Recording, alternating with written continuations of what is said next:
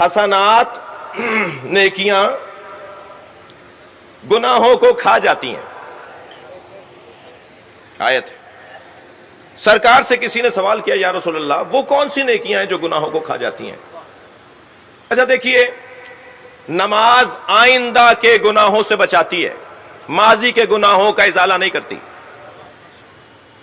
آپ نے ابھی نماز ظہر اثر پڑھی، ماضی کے گناہوں کو یہ معاف نہیں کروائے گی. آئندہ ان الصلاۃ تنہا عن الفحشاء والمنکر، قرآن کہہ رہا ہے کہ نماز برائیوں سے بچاتی ہے. اب آئندہ برائی سے دوسری نماز تک انسان بچ سکتا ہے. روزہ ماضی کے گناہوں کو معاف نہیں کروائے گا، آئندہ کے گناہوں کو معاف کروائے گا. لعلکم تتقون یا ایھا الذین آمنوا کتب علیکم الصیام، سورہ بقرہ، کما کتب علی الذین من قبلکم لعلکم تتقون.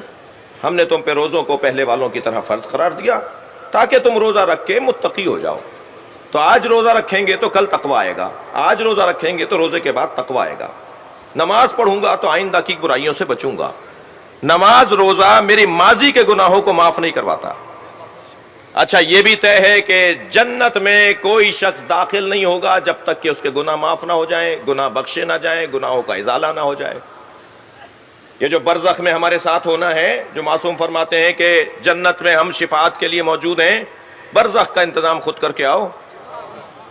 یہ جو برزخ کے ایام گزریں گے، یہ جو مرنے کے بعد سے قیامت تک کا دورانیہ ہے، یہ جو ہمارے مثال کے طور پہ پردادا کا انتقال ہوا، وہ مثال 200 سال سے پہلے ان کا انتقال ہو گیا، 150 سال ہو گیا ان کا انتقال ہوئے، وہ جب اس وقت کہاں ہیں، وہ برزخ میں.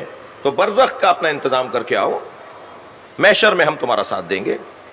تو یہ کوئی بھی شخص گناہ کے ساتھ جنت میں نہیں جائے گا. جنت گناہگاروں کی جگہ نہیں ہے.